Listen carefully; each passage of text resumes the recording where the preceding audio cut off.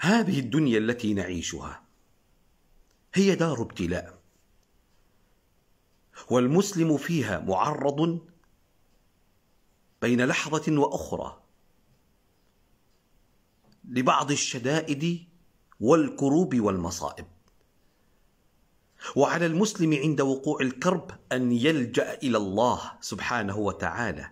وقد علمنا الحبيب صلى الله عليه وسلم كلمات يسيرة نقولها عند وقوع الكرب تكون سببا في تخفيفه أو إزالة ورفع هذا الكرب.